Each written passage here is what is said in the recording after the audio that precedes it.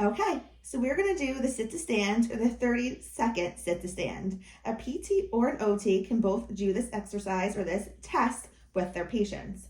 So this works lower extremity strength, functional mobility, coordination, or balance. And the reason an OT or PT could do it are for different goals. A PT goal could be to increase lower extremity strength to improve transfers or ambulation, while an OT goal could be to reduce falls risk with toileting. So now we're going to show you 3 exercises to really improve those scores. So the first exercise we can do is a hip hinge. And while our patient is doing a hip hinge, what are we doing that they need us there? Are we cueing them? Are we giving them verbal, visual cues to stick their glutes back to the wall behind them? Or tactile cues for facilitation of the thoracic spine to promote a straight back? Or physical assist for guiding the patient through correct body mechanics of glutes back and spine straight? And then make sure in your documentation, you document what you did, how many, if you had to wait, and what kind of cues. For an example, moderate tactile and visual cues to stick the glutes back toward the wall and keep the spine straight to increase lower extremity strength for sit to stand transfers.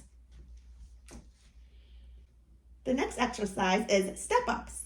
So you would start on a 2-inch step and progress up to an 8-inch step. If a step is not available, you can also use a box or book, something sturdy that is safe.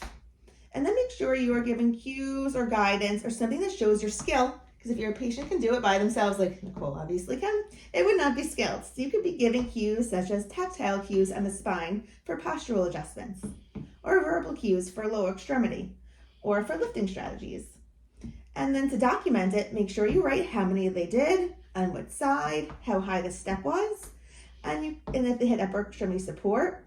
Also, did you give verbal visual cues to weight bear in the stepping lower extremity in order to improve lower extremity strength and coordination for independence with sit to stand transfers? And our next exercise are eccentric step downs. So Nicole is holding onto a chair. It does help to study because it is hard. So make sure she comes down slowly and taps the heel and then comes back up. It's really working the eccentric part of the leg that is on the step. And make sure you're providing cues to your patient. Are you providing verbal cues to control lowering the lower extremity to the ground? Or maybe tactile cues to facilitate the quad of the stance lower extremity?